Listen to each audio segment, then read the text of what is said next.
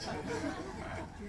তো প্রথম যেদিন ধরা পড়লো, আজকে থেকে 3.5 বছর আগে, এটা মানে জাস্ট সম্পূর্ণ নিজের দোষে, আর কিচ্ছু না।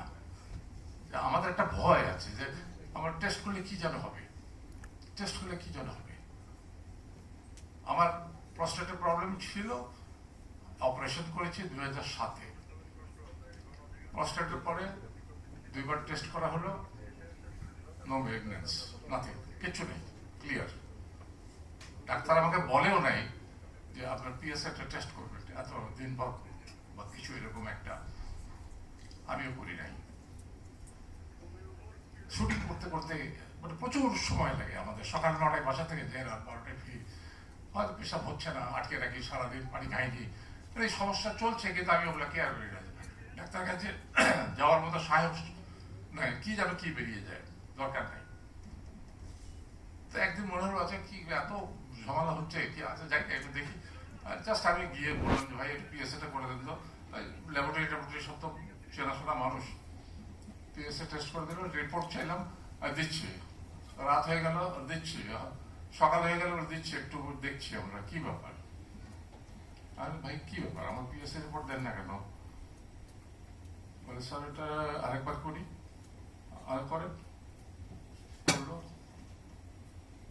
এটা রেঞ্জ হচ্ছে, জানেন তো নিশ্চয়ই আপনার, 4 হলো ম্যাক্সিমাম রেঞ্জ।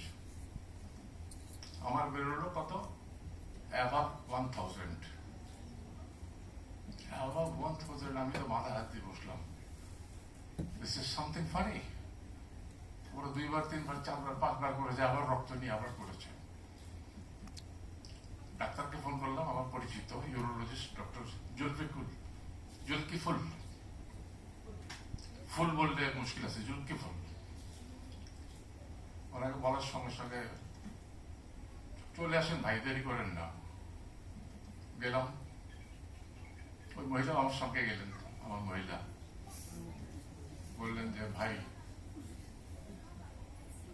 আমি আপনাকে ভালো সংবাদ দিতে পারছি না, কালকে একটু আসেন, আমি একটু কেটে কুটে দেখব। পরের দিন গেলাম, সঙ্গে সঙ্গে উনি অপারেশন করে ওই বায়োপসি করলেন। বায়োপসি করার পরে মুখ কালো করে এসে বললেন, সরি ভাবি, গুড নিউজ দিতে পারছি না। আমি তো পড়ে যাই আর কি, আমার তো অবস্থা এরকম, আমাকে তো সাপোর্ট দিয়ে রাখা হয়েছে, আমার কথা বন্ধ হয়ে গেছে। আমার সাথে ছিল আমার ওয়াইফ, ছিল আমার ছোট মেয়ে, ছোট জামাই, বড় জামাই, আর বড় মেয়ে আমেরিকাতে। তখন এখন কি হবে, কি আর হবে, কি আমার একবার কি হবে, তো কতজন হয়, এগুলো তুমি এত চিন্তা করছো কেন?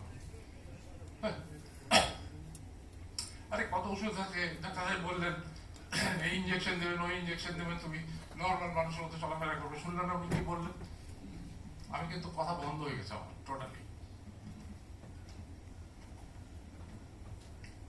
সারাটা দিন গেল, সন্ধ্যাবেলা বাসায় কি আমি জানি না, খাওয়া দাওয়া করতে পারিনি, রাত্রে শুয়েছি, মানে যেন কিছুই হয় না, আমাদের বাড়িতে সবকিছু নর্মাল। অন্ধকার ঘরে আমি শুয়ে আছি,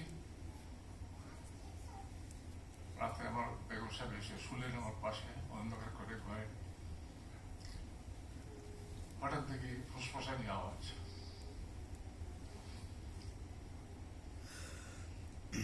বুঝতে পেরেছি ব্যাপারটা কি। আমি কিন্তু অলরেডি কাঁদছি, নিজেও কাঁদছি, শুনলাম যে উনি কাঁদছেন। ওকে জড়িয়ে ধরে বললেন, তোমার কেন হলো, তোমার কেন হলো, আমাকে দেখতে পারলো না আল্লাহ? তারপরে তো বুঝতে পারছেন দুজনে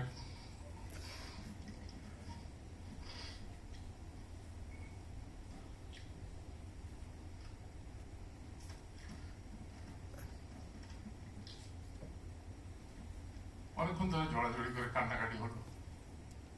সিনেমা নাটকে যেরকম করি, অনেক নাটক করেছি এরকম, হয় স্বামী মারা যায়, না হয় স্ত্রী মারা যায় ক্যান্সারে, কত আনন্দ নিয়ে নাটক করেছি। সেই নাটক আমার ঘরে অভিনীত হলো প্র্যাকটিক্যাল লাইফে। তারপরের দিন ডাক্তার কাছে গেলাম, উনি প্রথমেই বললেন বললেন ভাই দুটো ইঞ্জেকশন দেবো আপনাকে, আপনি একদম নর্মাল হয়ে যাবেন। বুঝলেন? আর একটা কথা ডাক্তার বললেন,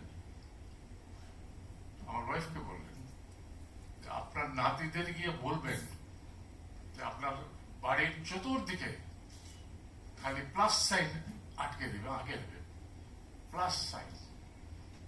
রঙিন কাগজে বলবেন বেডরুমে, বাথরুমে, ড্রয়িং রুমে, খাবার ঘরে, বারান্দায় খালি রঙিন কাগজ দিয়ে প্লাস সাইন কেটে কেটে সব লাগিয়ে দিবে। কি ব্যাপার? মানে এটা দেখে আপনার হাজবেন্ড খালি পজিটিভ চিন্তা করবে, no negative thinking, no negative thinking. আমি যদি কখনো শুনি যে আপনার হাজবেন্ড নেগেটিভ চিন্তা করছে, আমি ওই দিন ওষুধ দেওয়া বন্ধ করে দেবো। আপনি পজিটিভ থিঙ্ক করবেন, আপনি অ্যাক্টিভ থাকবেন, আমি আপনাকে ওষুধ দেবো, আপনি ভদ্রলোকের মতো ভালো মানুষের মতো চলতে পারবেন। I salute my doctor Asim Kumar Sengupta.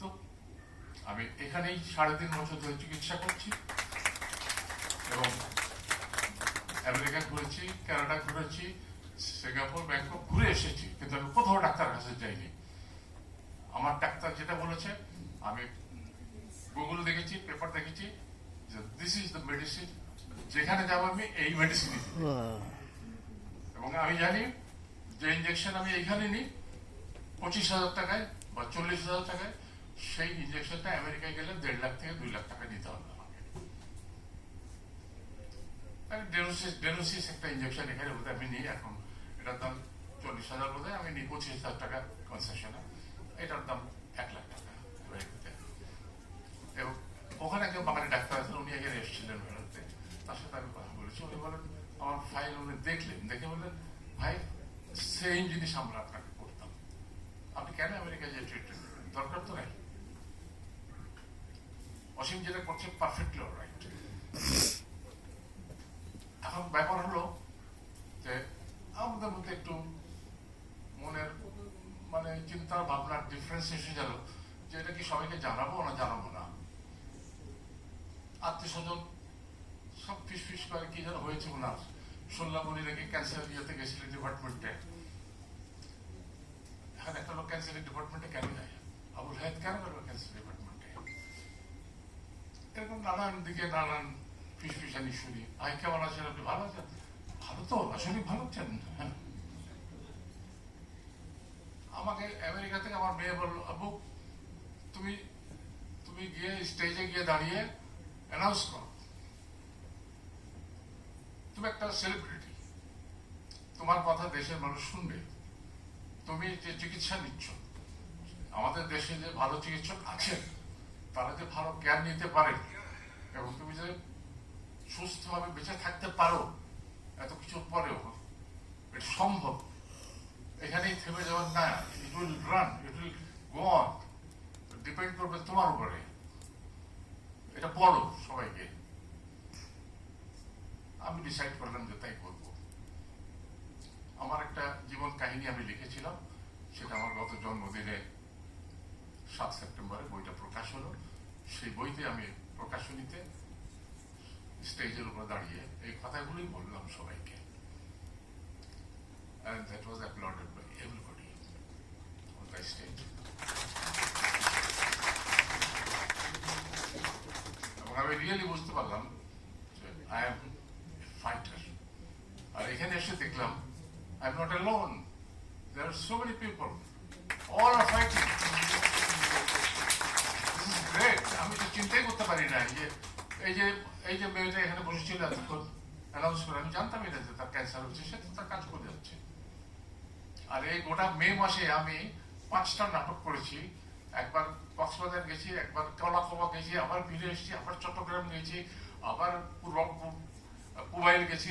মানে 30টা দিন আমি কাজ করেছি মে মাসে। I am working. এবং সবাই আমাকে দেখে, হাত ভাই, হাত ভাই আপনি ভালো আছেন? আমি হ্যাঁ ভালো আছি। হ্যাঁ ভালো আছেন তো, সত্যি ভালো আছেন?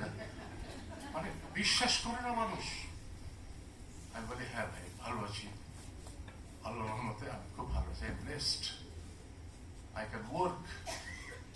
সবচেয়ে বড় কথা, I can work, I positive, I can work positive. এবং আমার ডাক্তার আমাকে একটা কথা বলেছে, আমার রোগটা তো আমি বলেছি, এটা আর একটু বলে দিই, এটা হলো এক্সটেন্সিভ মেটাস্টেসিস, তার মানে হাড়ের কিছু মধ্যে বাকি নেই আর কি ছড়াতে, 4th স্টেজের শেষের দিকে। ওইটা পড়েই আমার মাথাটা ঘুরে গেছে আর কি, বিশেষ করে কারণ গুগল পড়লে তো বোঝা যায় যে কোথায় কি অবস্থা। আমার ডাক্তার আরেকটা কথা বলেছে, গুগল পড়া নিষিদ্ধ।